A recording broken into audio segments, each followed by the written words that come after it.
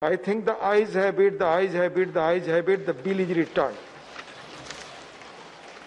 Now we move to other business listed today. The Central Universities Amendment Bill 2021. Shri Dharmendra Pradhan to move a motion for consideration of the Central Universities Amendment Bill 2021. Honorable Mantri. आदरणीय सभापति उपसभापति महोदय, मैं प्रस्ताव करता हूं कि केंद्रीय विश्वविद्यालय विधेयक 2009 का संशोधन करने के लिए विधेयक पर लोकसभा द्वारा पारित रूप में विचार किया जाए और विधेयक की पारित किया जाए। आप बोलना चाहेंगे कुछ माननीय मंत्री जी या बाद में जैसा और कोई बोल? उपसभापति महोदय, पिछले 15 अगस्त 2020 को प्रधानमंत्री जी ने लाल किले से देश को एक वादा किया था, एक आश्वासन दिया था और एक जिम्मेवारी ली थी। 2019 में इसी अगस्त महीने में धारा 370 उच्छेद करके 3 इकाई गठन किया गया था, 2 इकाई गठन किया गया था, केंद्र शासित इकाई गठन किया गया था।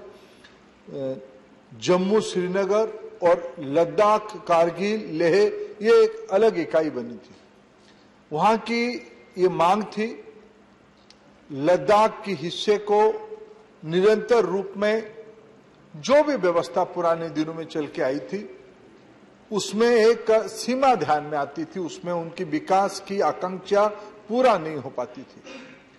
इसीलिए धारा 370 की जो कई सकारात्मक पहलू उच्छेद करने के कारण हुए, उसमें लद्दाख की इलाका की लोगों की आकांक्षाएं और बढ़ी और प्रधानमंत्री जी पे विश्वास भी बढ़ी। उसी के कारण एक केंद्रीय विश्वविद्यालय की कल्पना वहां की जनता की थी, अपेक्षा थी, जिसके बारे में पिछले साल 15 अगस्त में प्रधानमंत्री जी ने जिम्मेवारी ली थी।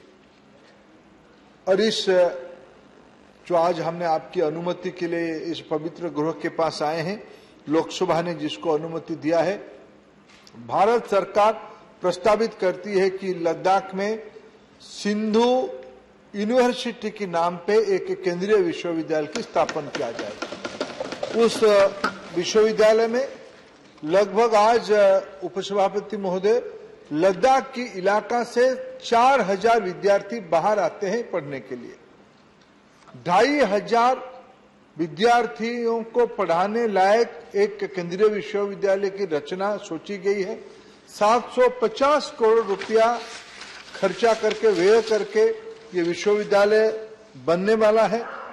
और ये केवल विश्वविद्यालय नहीं बनेगा, लद्दाख की जो अपार संभावना है ऊर्जा के क्षेत्र में, बायोडायवर्सिटी के अनेक उपक्रम लद्दाख के अंदर छुपे हुए हैं।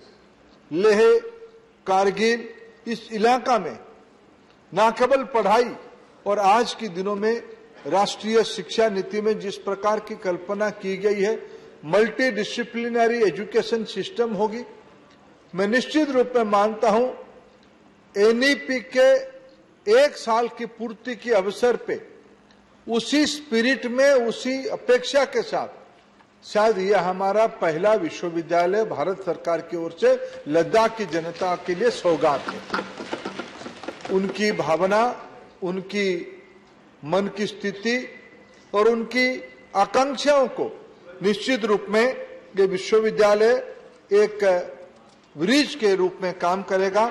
मूल भारत की सामान्य लोगों के साथ एक राष्ट्रीय केंद्रीय विश्वविद्यालय जब बनते हैं, ज्यादातर तो वहीं के विद्यार्थी पढ़ते ही हैं, लेकिन एक स्टूडेंट एक्सचेंज की सहज विंडो भी खुल जाते हैं। देश भर के विद्यार्थी सिंधु विश्वविद्यालय में पढ़ने के लिए जाएंगे। नाम भी सिंधु इसीलिए रखा गया है, इस देश की सभ्यता के साथ उस नाम की अत्यंत लगाव है, जुड़ाव है। और देश के विद्यार्थी वहां जाएंगे, खेल होगा, स्टूडेंट एक्सचेंज प्रोग्राम होगा, वहां के विद्यार्थी अन्य विश्वविद्यालय में भी पहुंचेंगे।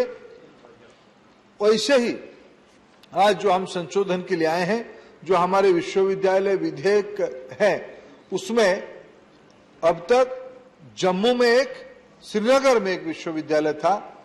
उसमें से आपकी अनुमति के बाद जब माननीय राष्ट्रपति जी का अंतिम स्वीकृति हो जाएगी इस विधेयक के ऊपर, ये कानून में परिवर्तन होगा। मैं खुद को सौभाग्यशाली मानता हूं कि लोकसभा ने उसको पारित किया है। मैं आज आपके माध्यम से इस गृह का विचारार्थ इस प्रस्ताव को रखता हूं। मैं अपेक्षा रखता हूं सारे सज्जन इस बिल को, इस विधेयक को स्वीकृति देंगे। धन्यवाद। धन्यवाद माननीय मंत्री जी। Motion move. Now speakers doctor Banda Prakash जी।